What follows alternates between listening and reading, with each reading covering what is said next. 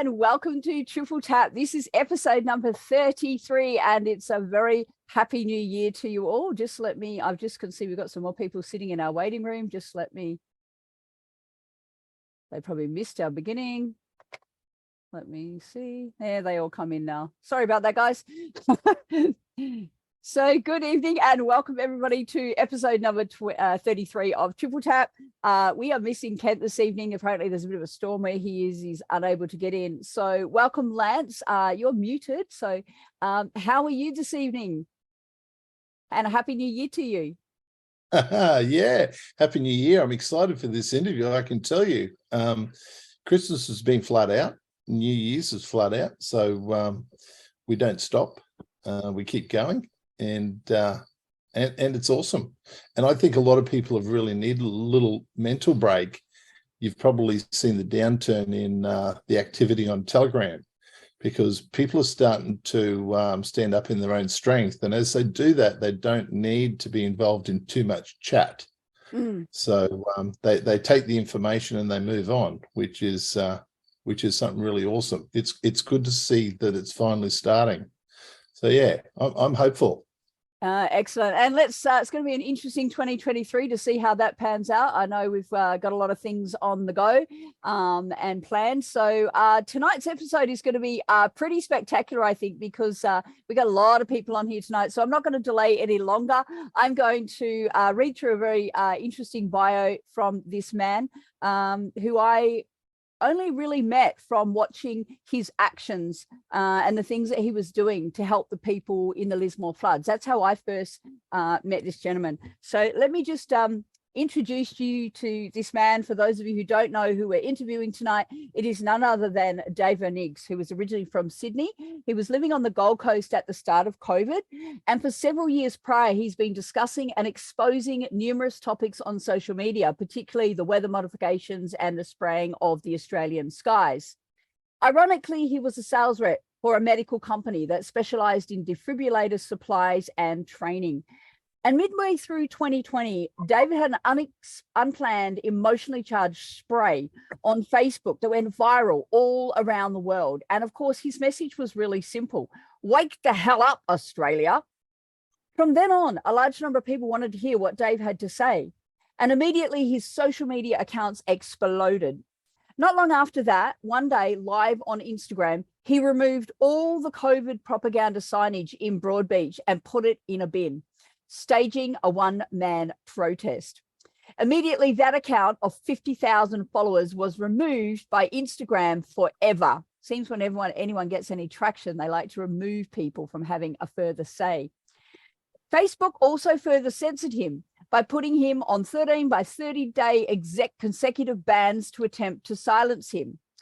Dave quit his medical sales role and continued to speak up, using his Telegram account to keep waking the masses. And that account is still one of the largest truth chats in Australia, despite, I guess, having many, many trolls that want to keep tearing him down. And we'll speak to him about them tonight. In order to make ends meet, Dave founded All Rights Reserve Clothing Company, which uses merchandise to help keep waking more people up. Dave is also well known for his first responder efforts during the Northern River floods, where he evacuated dozens of people, fed stranded cattle, and famously helped rescue DJ the dog, who'd been lost for 4 days during the floods. And we certainly watched Dave and the videos that he did on that rescue. It was really amazing. Lastly, he has interviewed several key people over the last 3 years, including Senator Malcolm Roberts, Craig Kelly, Ricardo Bosi, Maria Z, Max Egan, and Pete Evans. And in 2023, he's launching his own media channel to help get the truth out there to more people. So ladies and gentlemen, without further ado, please welcome Dave Verniggs to the call. Dave, if you're there, turn on your video. There you are. Welcome, Dave, to the call. How are you and Happy New Year to you. Yeah, happy New Year, guys. Thanks very much for having me, and thank you for the great intro, Ainsley. I appreciate it. You're very welcome. So, Dave, one thing I want to know, which I've noticed quite interestingly compared to a lot of other speakers that we've had on, you have kind of had a massive number of trolls just kind of want to attack our Telegram page. What on earth have you done to attract all these trolls to you? Tell us your story. I don't know, but there's a famous saying that says, no one is hated more than he who speaks the truth. And I think we all relate to that, whether it be myself on a larger scale or people in their personal lives who've been dealing with their families throughout this narrative. You find out that when you know the truth and you speak it and people are in denial, they'll hate you for it. And I've spoken a lot of truth and a lot of people are in denial and a lot of people hate me for it. And we'll talk more about that. It's been a bit of an ongoing saga. But it's one of the realities we deal with on the internet at this stage. I have some controversial opinions about how to address it, and I've been criticised heavily for that. We can talk about that more as well. But trolling is a very, very serious issue, and look, not so much for myself because I take it in my stride, but particularly for adolescents who are being heavily trolled and bullied by these fake accounts, and it contributes to a mental health crisis. It contributes to a suicide crisis, particularly in teens. So these are the sorts of things that we face thanks to the internet. Yeah, my mentor says that if you haven't got enough haters, you're not working hard enough. So you must be doing something right, Dave. Yeah, well, they say dogs don't bark at parked cars, do they?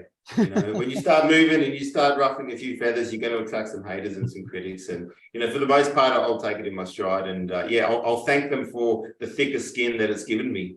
Yeah, excellent. So just before we get underway with any questions from Lance and whatnot, for those of you who are listening, and we've got quite a number of people on the call tonight, you have the opportunity in the chat to ask your questions. If you want anything, we will hopefully get through, depending on how many questions there are. We will ask Dave any of those questions, depending on time factor. And of course, I'd just like to remind, if there are any of Dave's trolls that are on here listening, you misbehave in the chat and you will be booted. So that will just give you a little bit of warning. So, they'll be there. They'll be there for sure. Yeah, I'm sure they will. So, be prepared to be booted if you want to get abusive. So, yeah, let's get underway. Awesome. Yeah, look, we encourage free speech and we love it. And in the chat this afternoon, it's been interesting to watch. So, people, you're entitled to your opinion. We love stuff that's based in fact and evidence. So, bring your receipts. We're happy for that. That's what it's all about. I know Dave's happy for that. Bring the receipts. The innuendo and hearsay and rumor and gossip is that's for children. So look, I've got a hero. He was like you, Dave. He was a disruptor, classed as a terrorist. He preached a thing called love, morality, honesty, truth, law, and they nailed him to a cross. So you're just going to have to bear this as a badge of honor, mate. When people are coming after you for doing the right thing, they're telling you that you're on the right path, and that's the real test in life, is that you'll have haters because they're too scared to get out and do it for themselves. It's easier to bitch and whine. But all right, let's go back to the start of this journey. How did this all start for you? It's a funny story, Lance. I built a little bit of a small following, just sharing different topics, particularly the weather engineering. I started with that about 7 or 8 years ago, but I've been sharing lots of different content, on counter narrative, particularly around geopolitics and 9/11 and different things that we were starting to learn as the years went on. And this was before there was really any censorship on Facebook. But then as COVID started to roll out, I just started to see the absurdity of the whole thing. And I was living in Broadbeach at the time. I had the military suddenly appearing on my streets because several hotels down the road from me in Broadbeach had become quarantine hotels. And I just knew what was going on. It was all this normalization of the military on the streets, the forced quarantine, no symptoms of being sick, but you've got to now quarantine and pay for it at your own money. With your own money, sorry. And then I started noticing all the propaganda that was showing up around my street as well. don't use cash, keep your distance, wear a mask. It was everywhere I turned. And I went into the supermarket, the same thing. And it was just this relentless propaganda campaign around COVID. And this building I was living in at the time, what's his name? The actor. Oh gosh, it'll come to me in a minute. A famous Hollywood actor was staying in, Tom Hanks. Tom Hanks was staying in my building up in the penthouse, and he allegedly had COVID, right? And I just knew this whole thing was such a farce. He was there doing this film, in Queensland. And obviously there was special rights for him to come into the country because he's got all the money in the world, and he was going to go and apparently quarantine in this luxury apartment and then go off and do his film. But none of us could travel regularly, etc., etc. And I got on my Facebook one night, and it was actually the anniversary of my sister's passing. And I'd watched at the same time that night this video of Jenny Mikakis in full contempt of Parliament down there in Victoria. And I was just livid. This was all just building up in me. And I was probably 3 or 4 whiskeys in on I think it was a Friday night or a Thursday night. Anyway, I just got on Facebook and I just unloaded. I just had this spray. And it was really about wake up Australia. What the hell are you doing? Can you not see that you're suffocating yourselves and being told this litany of lies by over this incredibly deceptive agenda? And I didn't say it as politely as that. I was red in the face. There was spit flying, but it all had been stewing inside me for weeks. Anyway, I hung up the call, took Georgie out for dinner, and we got down to the dinner down the road. Lots of nice restaurants in Broadbeach, as you know. And I looked at my Facebook, and there was something like 200,000 views in less than an hour. I hadn't looked at my phone for a while. I was like, what the hell have I done? I couldn't believe it. This spray had gone viral. It had gone all over the world. And I started scrolling through. There was thousands of comments. It was on every channel. It was on all these other Instagram channels. And there was all this incredible support. Finally, someone's calling it out, unfiltered, raw, and how it is. But then, oh my God, the hate. I've never seen so many hateful comments. This guy's mad, lock him up. He needs to be locked up for life. This guy's dangerous. That virus is going to kill us. This guy's a threat to our safety. Someone arrest him. I was just like, whoa, what have I done? I actually freaked out. It was incredible to have that. Well, if I can jump in there, Dave, if I can jump in there. Sure. We now know that most of that was bots. Yeah, right. True. But it also showed up on the project on Channel 10, an excerpt of me just screaming at the top of my lungs. And then from then on, and this is the irony, right? I was actually, the medical sales company I was working for was actually for former Ironman Guy Leach. Guy Leach, Ironman legend, he started a company that was specializing in supplying defibs all around Australia and had this incredible online training component, because his mission back then, after losing a very close friend to a heart attack, was to make sure more defibrillators were available for Australians. And anyway, after I'd had this big spray, I knew I wasn't going to stop talking and speaking up, because I just knew our country was under attack. And, Leachy and I had a very cordial conversation. I said, oh, Leachy, I don't know if I'm too good for the brand anymore, right? And he said, no, probably not, Dave, probably not. So we parted ways amicably. But here's the irony, is that I had all these huge deals on the table. I was talking to Tennis Australia, Swimming Australia, AFL, lots of different big sporting organisations who now, probably 3 years later, are going to implement a big defibrillator policy. I probably would have made bucket loads of money if I had stuck with it, which is just incredibly ironic. And people accuse me, oh, Dave, he's in it for the money. He sells T-shirts. He's benefiting off the freedom movement. Oh, my God, please. If I had kept my mouth shut, I'd probably have a private island over in Tahiti by now and be like, see you later, Aussies. But, that's not how it panned out. But that's where it kind of kicked off. And there's certainly not a massive margin in selling T-shirts, though, is there, Dave? Because we do T-shirts as well, and there's not a massive margin in T-shirts, so you're not going to get rich quick overnight selling T-shirts. No, you're not. And this is the thing, I think a lot of people had to make that choice whether they're going to shut up or keep their job. And I had the benefit of not having a mortgage, and I don't have kids, so I didn't have a lot of overheads. I was self-employed, and so I was able to, and I think sometimes we give people a lot of, I'm even guilty of it. I gave people a hard time for not standing their ground and speaking up when they could, but a lot of people just didn't know what to do. They have the 3 kids, the mortgage, the job, the businesses, the second, the credit cards, and they just had to keep paying the bills. I think, retrospectively, we look back and I think a lot of people would have changed their tune now. I think a lot of people would have done things differently. Oh, look, absolutely. And it really is a reflection of how comfortable they became, and they got caught in this trap. And we know it's debt slavery. We understand that. It's a very subtle psychology that they apply, because they're making stupid arguments like, if I don't get it, I'll lose my job, as compared to losing your life or the life of your loved ones. It's not really comparable, is it? There's always a solution to the loss of employment. It's hard to find a solution to death. So, and that was their choice. And they said, look, let's hope that the government's doing the right thing. Now, in any other decision, 95% of people would say, well, the government doesn't have our best interests at heart. But this one here, for some reason, they were scared. The fear campaign driven by the media was, we all saw it, we lived through it. It was unbelievable, 24/7. So when you talk about the project, my little grubby mate, Waleed, that shows his face on that project sometimes, for me, he is a terrorist.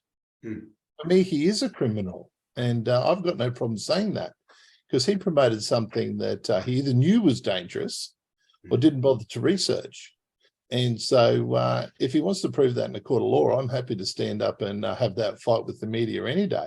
Bring it on, guys. The truth is out there now. You guys are going to lose. You're going to lose that every day, because the science, follow the science. The science is on our side.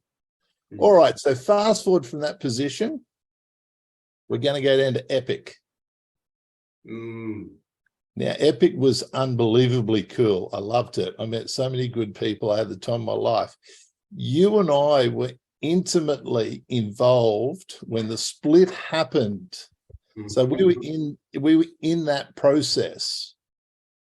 Walk people through what you saw happen, because there's a lot of bullshit that gets put out by people that say, you guys are trying to divide the movement. So if you can tell everyone what you think happened down there. Look, it was incredible. It was so organic. Jim Greer kicked it off with that message, and then I think Hoodie backing it said we're going to Canberra. And once Hoodie backed it, because I have such respect and a fantastic friendship with Hoodie, and I remember getting goosebumps now thinking about it. When I saw Hoodie say that's it, we're going to Canberra. He had John Larder on a call, and John Larder and Hoodie, they had brought this incredible integrity and what's the word I'm looking for? Just this new legitimacy, to the whole movement, because they had such distinguished careers. It's one thing to be a truckie, which obviously we respect and we need them in our world, but a paramedic and a pilot are held in a totally different esteem. And I had been perceived as some sort of voice, much like Thanos or Monica or so on. But once these two very distinguished career Aussies who had served hundreds of thousands of Australians combined came out and said, we're going, they brought this whole new level of credibility to the whole thing. And that's, I think, what was the trigger. And so off we went. We went to Canberra, and we got down there for the first rally. The numbers were pretty low. And then the second rally was then the weekend after. And it was just huge, and it was organic. And the days leading up to that, obviously we were there. There was numbers just piling in, hundreds of thousands of people. The mood was ecstatic.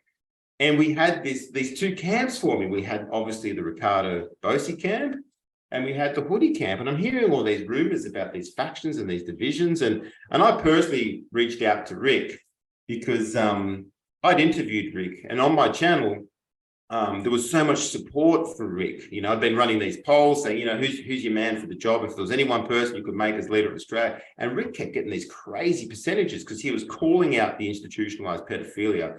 He had this image of just this rock solid soldier who was going to fight for Australia. And there was so much support for him. And anyway, I reached out to Rick and said, hey, Rick, we need to somehow find a way to get everyone on the same page. How do we do that? we're meeting Hoodie. That's the first day I met you, Lance. It was over at that little camp there with Yeah, Hoodie and Drifter and Tony Nikolic and I'll tell you right now, I was immediately impressed by your solid demeanor. I thought, thank God, there's someone here with a cool head and a very solid demeanor. I was so glad you were there to steady the ship. And then I'd been messaging back and forth with Ricardo, and then Ricardo showed up with Guru, and we were all just sort of going around talking. And then I spoke to Guru about this the other night. They weren't having any of it. They weren't going to wait to be spoken with or consulted or participate in that consultative process. They said, we're out of here. It was like, that emoji where the guy flips the table and everything goes everywhere. It was like that sort of scene. They just said, we're having no part of it. And I said to Guru, I said, Rick's a soldier, and I believe he's a good leader, but we needed diplomacy.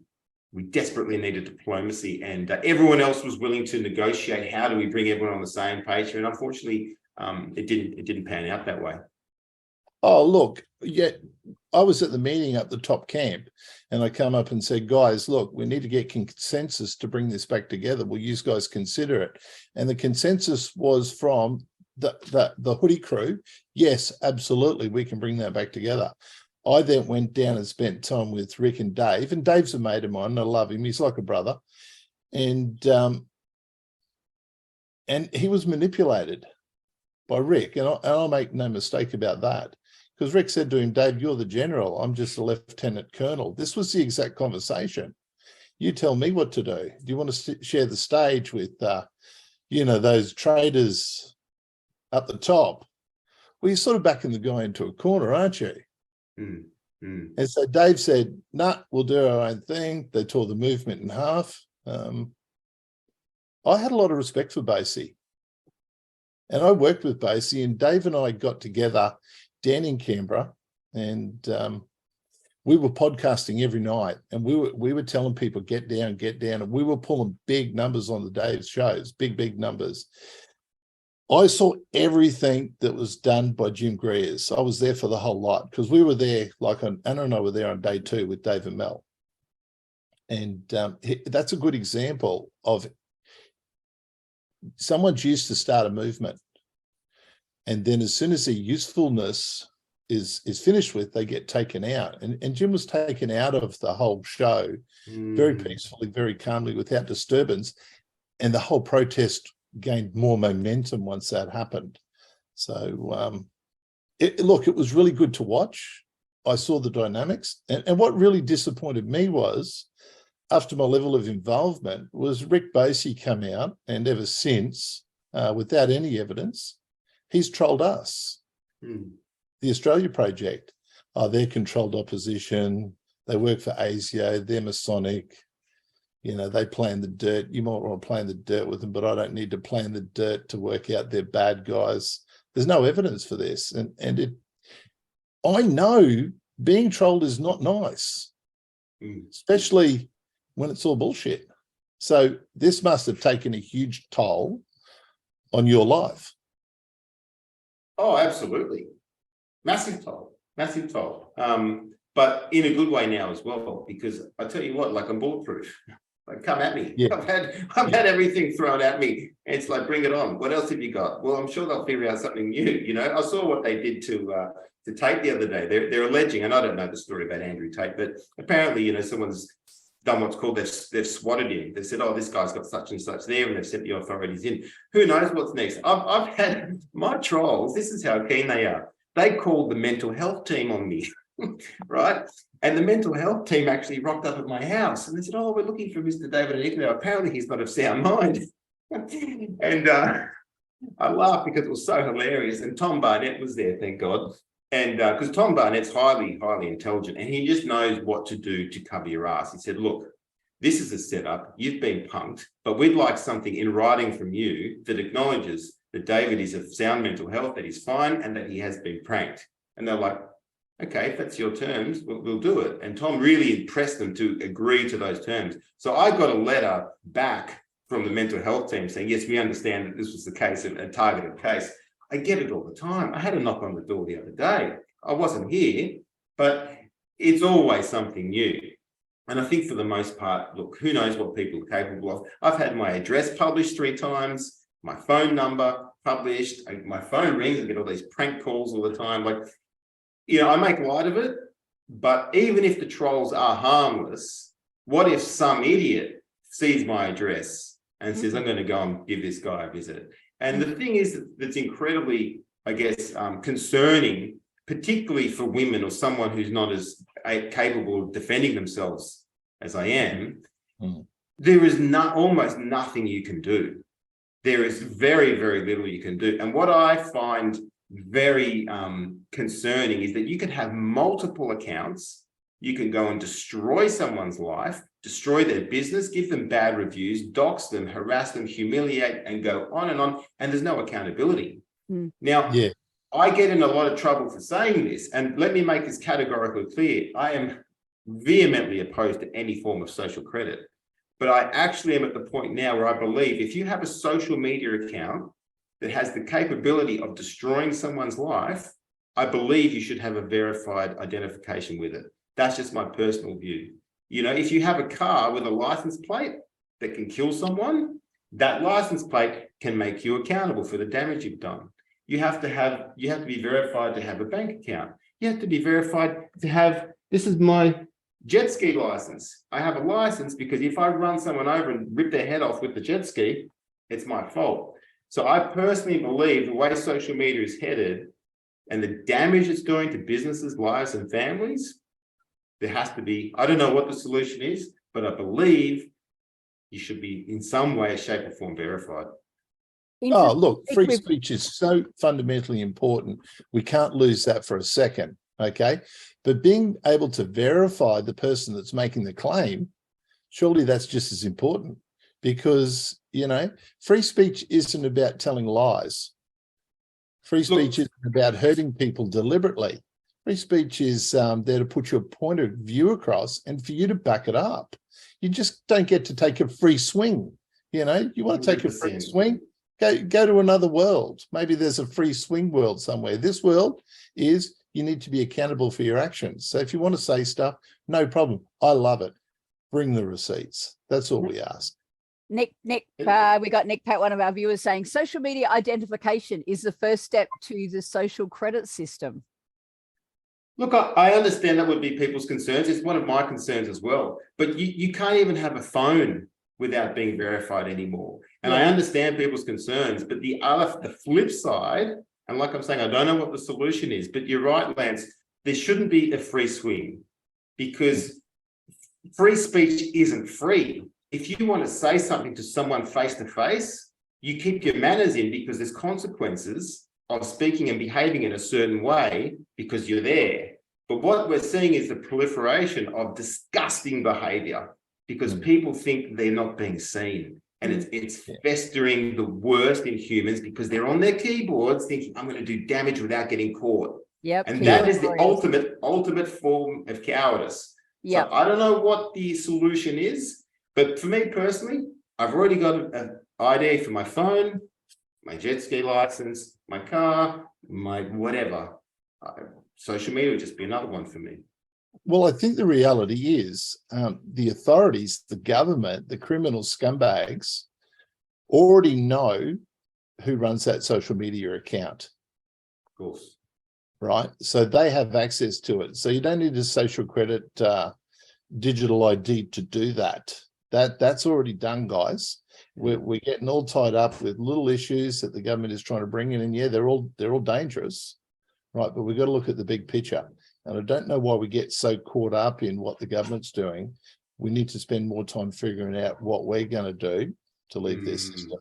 So we got to live in the positive, not the negative. And these social things. But Dave, you've got a huge fan base, right? And supporter base. So I'm going to say supporter base because you were being badly trolled a few months ago.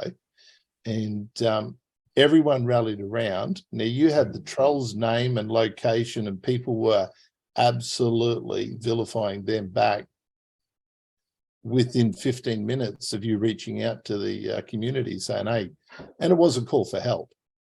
Yeah, I need help. And the help turned up, which is pretty cool that exists.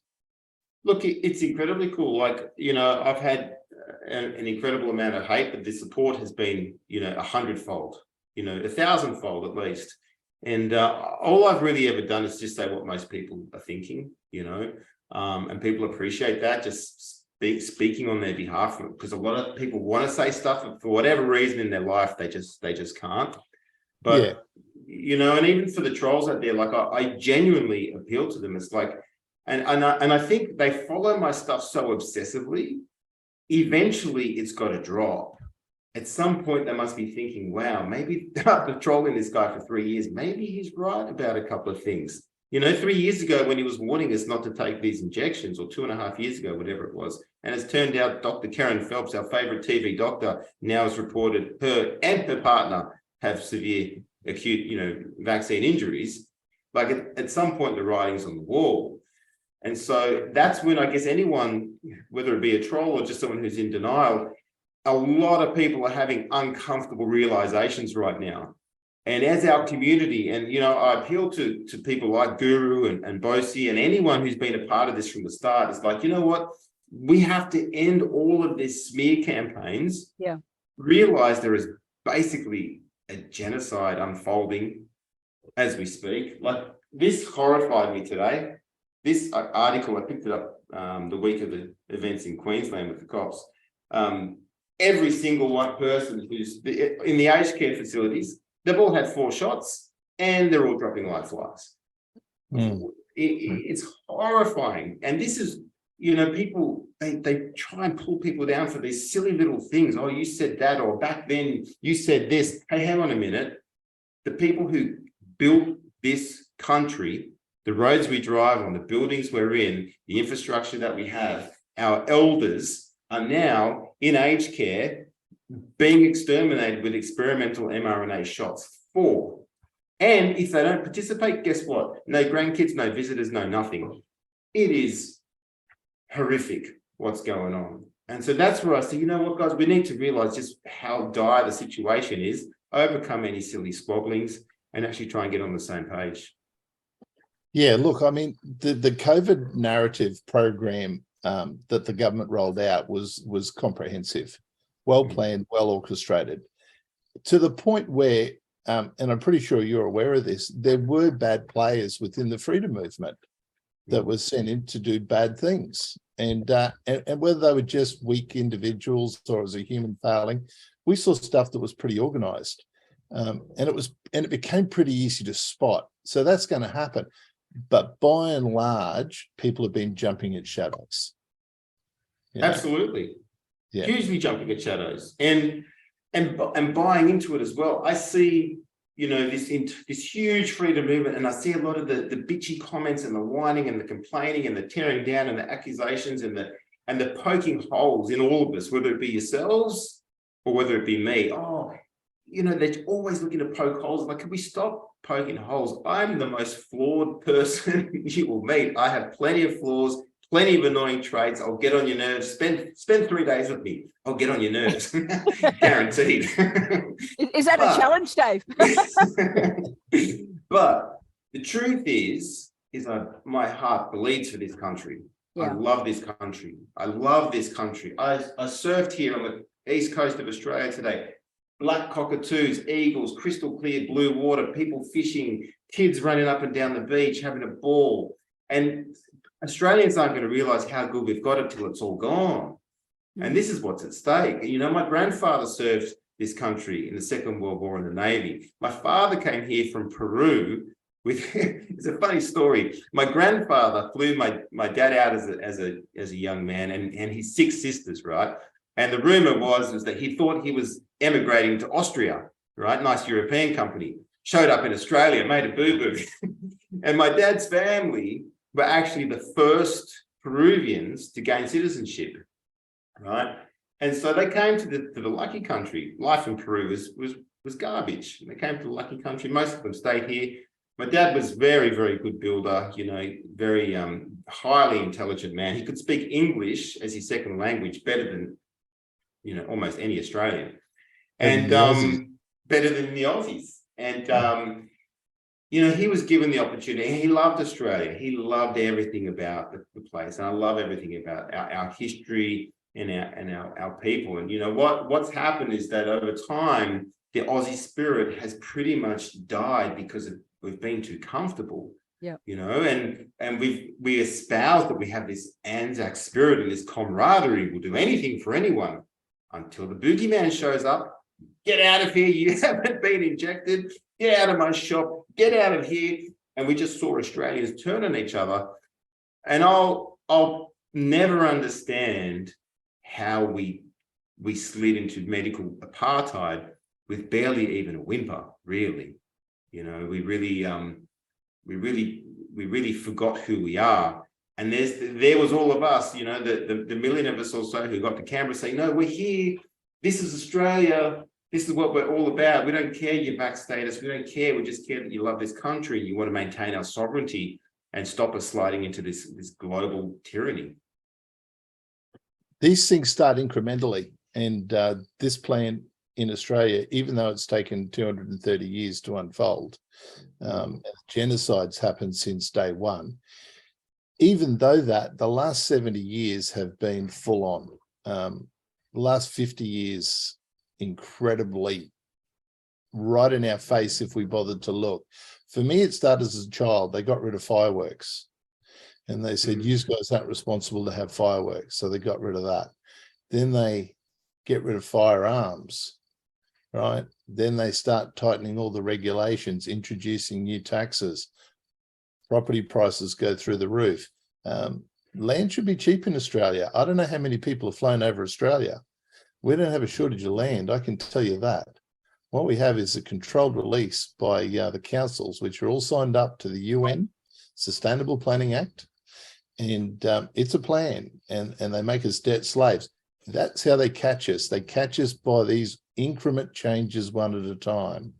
So COVID come along, and I believe 20% of Australians said, we're not going to take this shit anymore.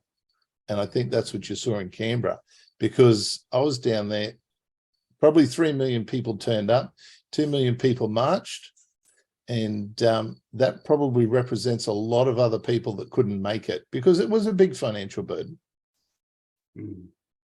It was a big drain for a lot of people. There are a lot of people who turned up not knowing how they were going to get home.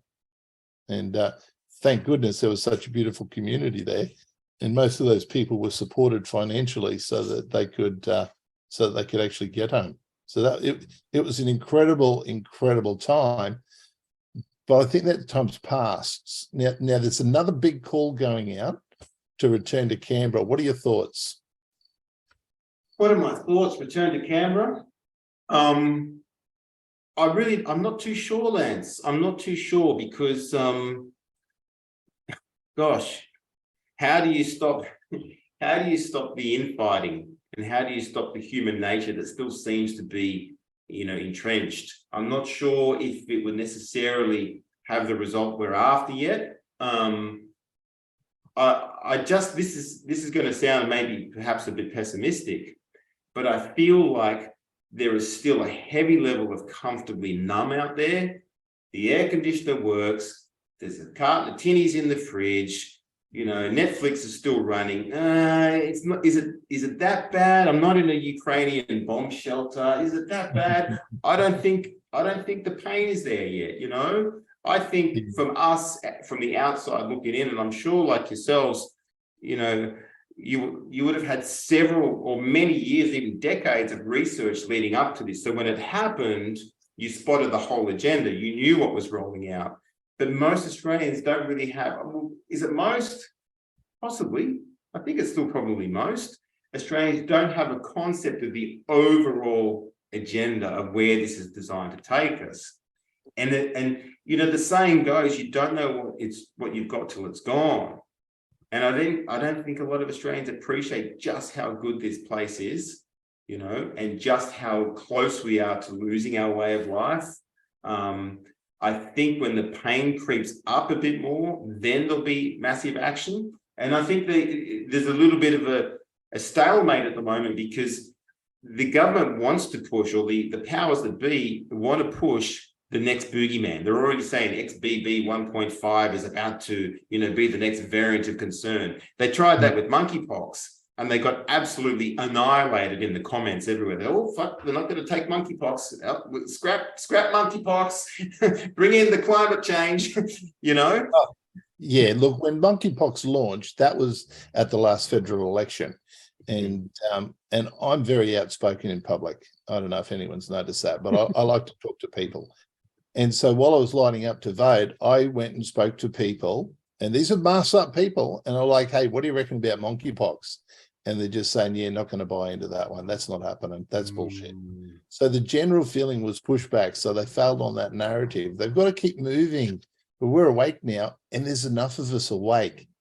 We just have to get organized and start pushing in the one direction. Something that really scares me, and this really scares me, without mentioning any names, there's a guy running around saying, I will be the next Prime Minister of Australia when my party is in power, right?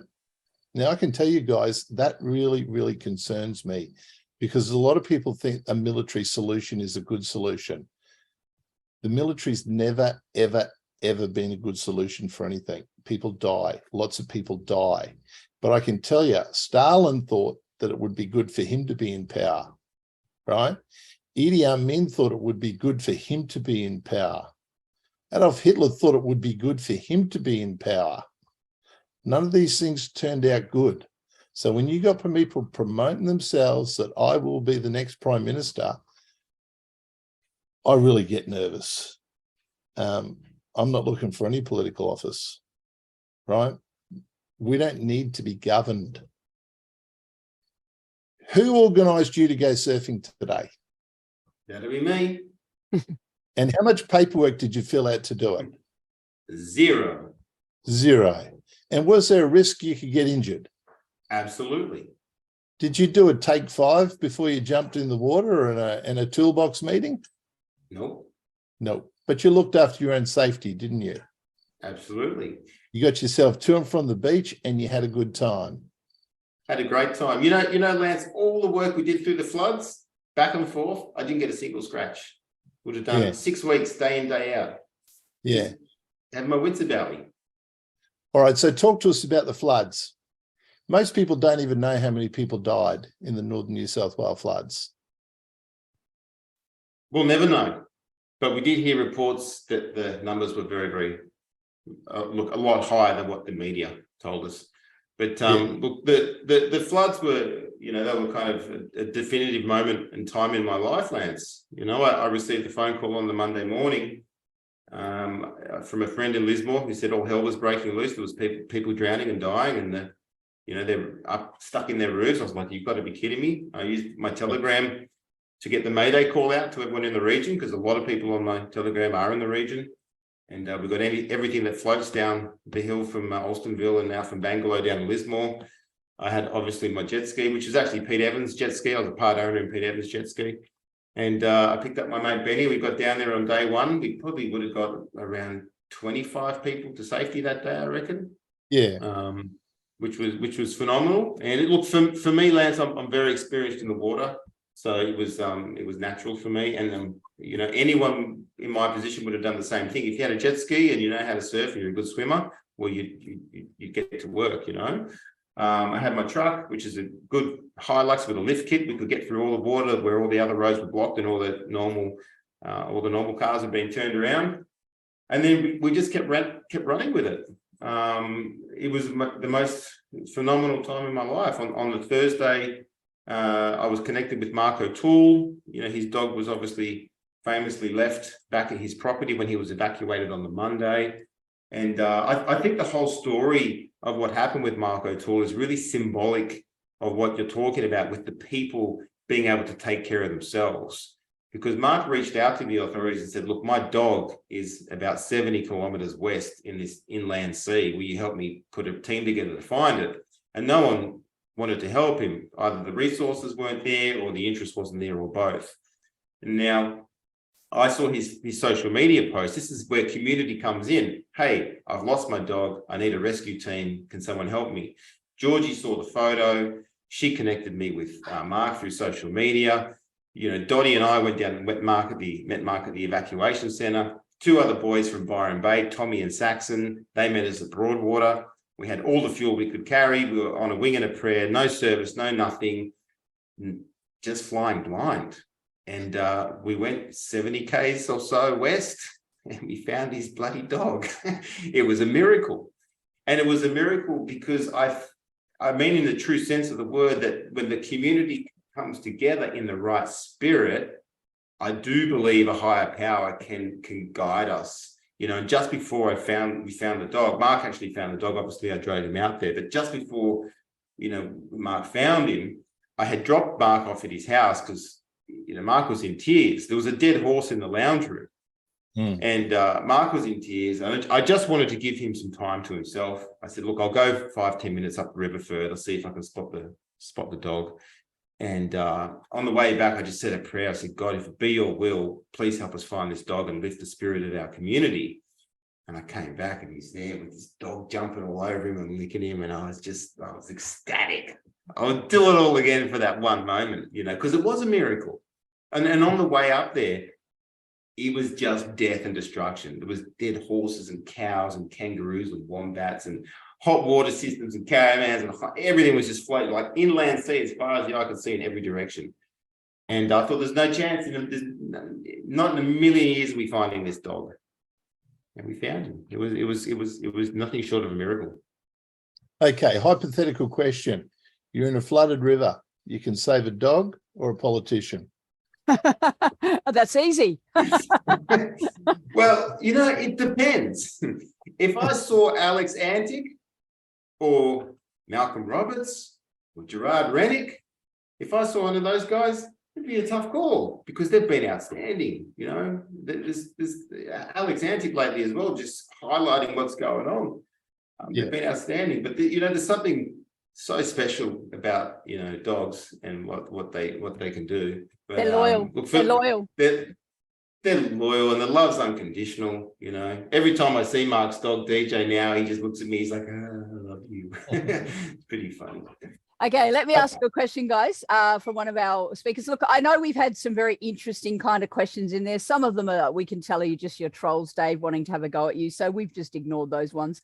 But this looks like a genuine question from Paul. We need to coordinate and synchronize our efforts and effects across Australia, a more targeted approach. What are your thoughts on that, and how do you intend on doing this? Look, we're in an information war, and I think it's a fantastic question. Thanks, Paul. Because, yeah, thank you, Paul. If we could somehow pull, I guess, our key people together, like we tried to in Canberra, and this is why I think, going back to your question earlier, Lance, I don't know if Canberra is necessarily what we need to do right now, because it's an information war. It's not a numbers war necessarily, but if we can get more people on the ground, which I know is what you guys have been doing really well, more people on the ground getting the information out there, because now I think the minds are becoming ripe for new information. The mainstream media has lost pretty much all credibility. People know that these things weren't safe, they weren't effective, and nor were they necessary. And so they're looking for answers. So if we can get information to people about what's actually going on and what the solutions moving forward are, I think that would be radically powerful and transformative for our country. This is my fear, is that these things have gone into so many people that I'm not sure what's down the road. We're seeing a large number of dies suddenly every single day. And look, I'm unvaccinated, but I'm just Ding-a-ling Dave with a big mouth. Our most important people have been pushed and coerced into having this, which I find incredibly concerning. Our doctors, our surgeons, our nurses, our paramedics, our cops. You know, we give the cops a hard time, but look what they did on the Gold Coast yesterday with that helicopter crash. All the emergency services showed up. They're outstanding when they show up to tragic events and crime scenes. They do an amazing job. What happens if all these people start? It's a hard thing to think about.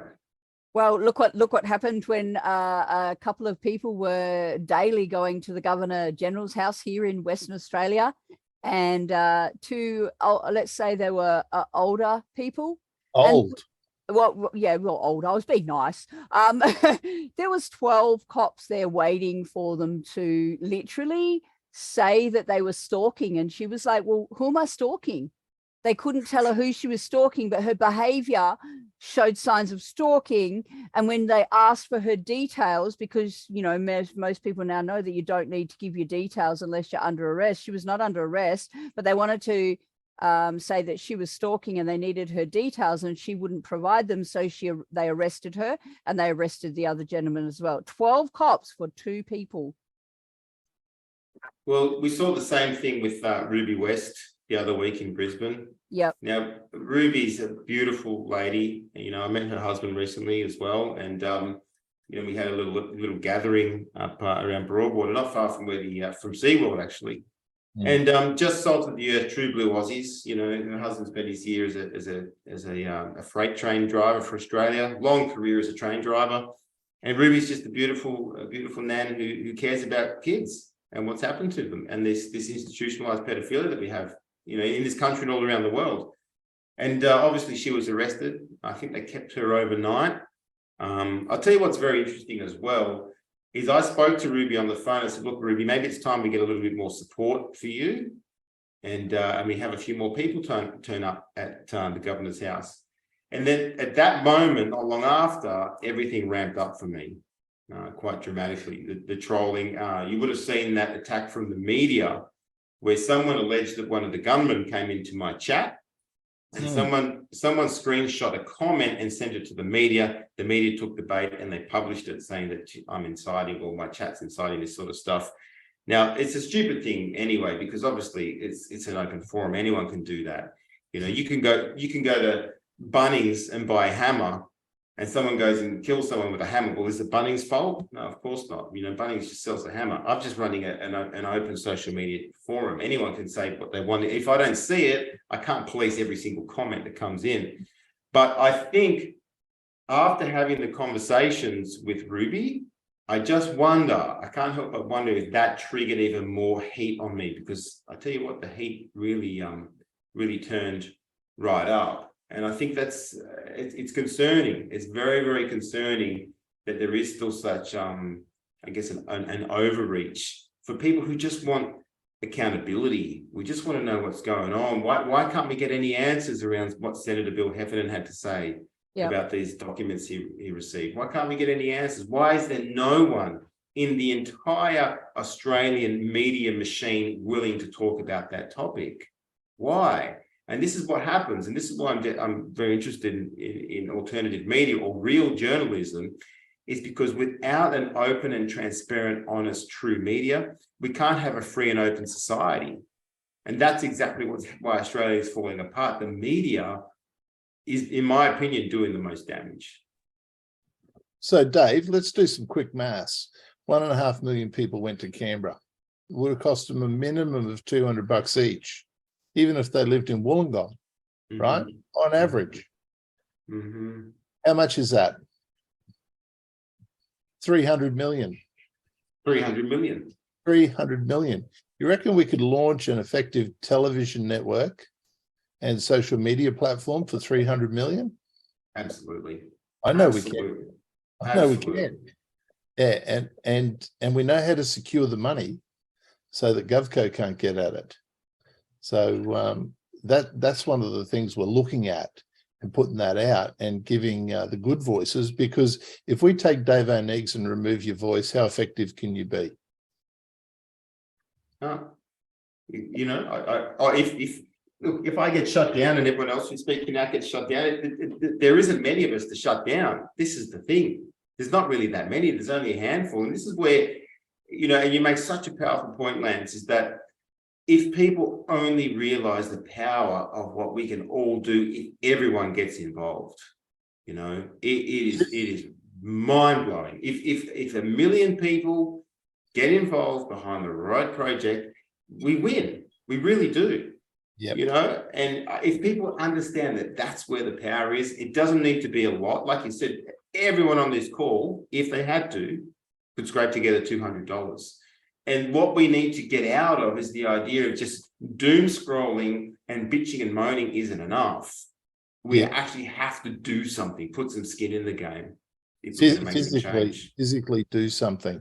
So look, everyone on here knows we run some awesome programs that are rolling out, and we join with awesome programs like the People's Council, thanks to Spiros, and Tap Satellite Groups, Dan Bergsworth, My Places, all these awesome programs. But we need to think bigger and bolder, and that's what we've been missing, that coordinated approach. There is a handful of decent people left fronting this movement in Australia. A lot of people have moved away. We've seen them disappear into the shadows. So because they lost their relevance, because they were one-trick ponies. And the people who have been multiple trick ponies, that we're still in there, we're still fighting, even though it was revealed to me the other day that I'm a police officer for a clothing manufacturer. So so I said that again. Yeah. The troll was trying to spell opera. Maybe Ainsley can actually put it up on the screen so everyone can see the post. So they spelled opera, APARA, right? And then they had Lane, LANE, and Kent Brown, police, right? Here we go. Ainsley will put this up. Right. Okay. So the middle of the page. See it? Land and Kent Brown, police within APRA. Now, APRA is a fashion house, not the health regulator. So what I was able to work out is that Kent and I are actually fashion police. So that's pretty cool. But this is a stupidity that circulates on the net that's completely nonsensical, put together by absolute imbecilic morons. The amount of time I've been accused of working for ASIO, I've got to tell you guys, I wish I was on a payroll, but I'm not. I would never be on an ASIO payroll, but I'm not on any payroll. And I just need one dickhead to bring any evidence, one bit of evidence. It's like when that loser lieutenant colonel keeps on calling us out. Rick Bosey, bring one bit of evidence when you're telling all the people listening to you that we're Masonic filth. Bring one bit of evidence, Rick. The only thing you call us out for is because you can't figure out, well, we're doing good work for no objective. We know your objective. You want to run the country, mate. You want to be the bloody military dictator, because that's what you show us. You did an interview and you said, well, we'll be in government because everyone else will be dead. And then you laughed about it. You thought it was funny. I mean, grow up, mate. That's anyway, let's get off that loser and back onto some sorry, Dave. No, look, rant. I think it's important to state these things because people just want to know who to trust, who's legitimate, I've been called everything from a bad actor to on the take for Clive Palmer. And I say, once again, where is your evidence? Wouldn't it be nice? Wouldn't it be Yeah, Clive is a generous guy. I would love Clive. I'd be like, Clive, help me with my legal bills. Help me out, mate. I haven't heard from Clive, unfortunately. I haven't heard from anyone. You know what? I've heard from good people in this community, like yourself, Lance, and many good people who have reached out to me and said, hey, Dave, are you okay? Are you holding up all right? And I've been blessed by that because everyone, people who are awake to the agenda generally have a good bullshit radar. And the trolls come in and look, I don't even mind when the trolls come in now because it gives our people a chance to defend us. And they say, yeah, get out of here, you idiot. What's the best you've got? A couple of screenshots from a comment taken out of context or whatever. Like, what do you got really? What's your real beef here? You know what I mean? And they don't have anything. And this is where I guess our fellow Australians have to be very discerning and say, right, who has continually showed up, who has shown through their actions and through their fruits that they actually love and care for this country. I've gone to as many rallies as I possibly could. I've hugged tens of thousands of strangers. I put counter narrative out every single day around the clock on my Telegram, just to basically say, no mainstream media, we're not buying it. There's a handful of us out here who are just saying, no, stuff you, you're full of shit. We're not buying it. And that's, we when they fire a shot, we fire one back in the information war. And that's what I'm committed to do. That's what I do reasonably well, is I'll counter their nonsense with more nonsense, because everything they're doing is farcical now. But we have to find a way forward, because that only goes so far. And Lance, you've consistently, and yourself, Ainsley and Ken, you guys have consistently put in quality work. And if we can get more people realizing just how late the hour really is and do it honorably, we must remain in honor in everything that we do. And I look back over the last couple of years at some of the sprays I've had. I haven't always been honorable. I'm a work in progress. I'm not perfect, but we have to remain.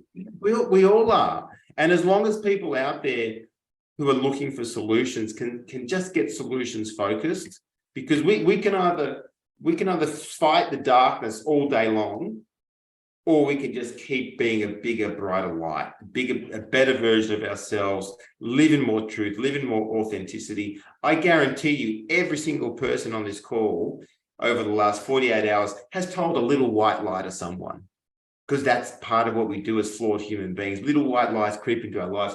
We need to be committed to living the most authentic, truest, highest integrity versions of ourselves in everything that we do. Because when we call out the politicians and the media for their lies, but we still have little sneaky things going on in our lives, it might be with your partner, it might be with a mate, it might be with a business, then we're not living in authenticity. And so that's the way forward. We need to, I look at the freedom movement, I go, a lot of you people are batshit crazy. You got to do a lot of work on yourself.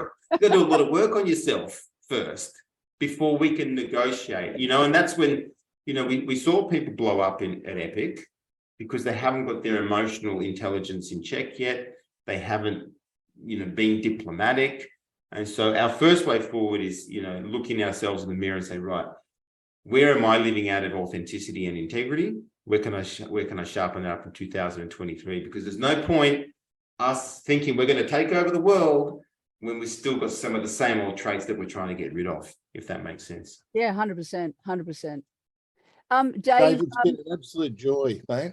It's been a joy. Sorry, Ainsley. Such a joy that I forgot track of the time tonight, and there's been so much conversation, both good and bad, in the chat, and I've been attempting to keep up with it. Aaron from Queensland wanted to give a shout out to you, make your day. Apparently, you may know who that is. Hey, Aaron, love your work. Yeah, got a link from Melissa Ann and wanted to say a quick g'day and cheer you up. Yes, we are very transparent, Tony, and I believe David Eggs is also very transparent as well. So just putting that out there.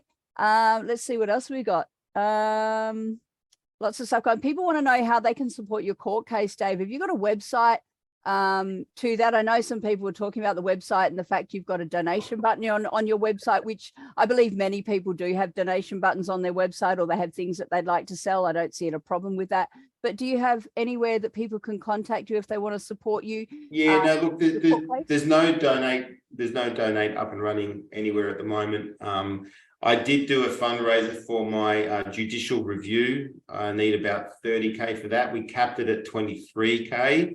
Yep. Because the trolls were harassing the company called My Cause, trying to get it shut down. So we just cut it at 23. Look, I'm a bit short, but I'll find a way. I've decided I won't appeal for any further public funds at this stage, because that's for the judicial review, but I've now been charged with unlawful raising of funds. So that's a whole separate matter. I probably need about, I don't know, 8 to 10K for that. It's nothing extraordinary. I'll find a way with that, but I am launching my own website very soon, where I've got a lot of really powerful interviews going on in there. Look, my commitment, my big belief, and let me know if we're running out of time, but I'll finish on this. My big belief is that the mainstream media did the most damage, and the alternative media is going to restore the truth to the masses. And that's what I'm committed to do. There will be a small subscription to the site. I've also teamed up with an incredible cinematic filmmaker who's going to help me get some very, very high quality content that will be compelling for Australians to see. And if people want to support independent media, they can, register at oneags.com. I haven't launched yet. I'm pulling. It's taking a bit longer because one of my business partners, he's just had a baby, so it's put things a bit behind the eight ball. But that's what I'm really committed to doing. That's what I know I can do well. I can get the interviews. I can tell the stories. And I've only ever started being a big mouth to wake up more Aussies. That's what I'm committed to. I believe when people wake up, then the solutions will present themselves. You know, we just need the numbers, Lance. We have the numbers. Mm. We've always had the numbers. It's just a matter of the coordination. And like anything good, it takes time. I wanted this over within 6 months of COVID coming out. It didn't happen. And then I thought, shit, maybe all these white hats will turn up. Ain't going to happen, guys. I can tell you, the people who are in this fight, we're the solution. And that's all we need. We are in an undeclared war. And when I mean it's undeclared, when you go to war under international law, you have to make a declaration of war, right? It's a technical, legal, internationally recognized document. That didn't happen. That started in 73, right? When we got taken over by a corporation. We've been in that ever since. So when you look at how the governments are behaving, they're not governments, they're foreign corporations. And they're in this undeclared war, and they're following the laws of war. And so that there is fundamental steps we need to do. Well, we're in the process of doing those fundamental steps so that we can shut this war down. That's happening.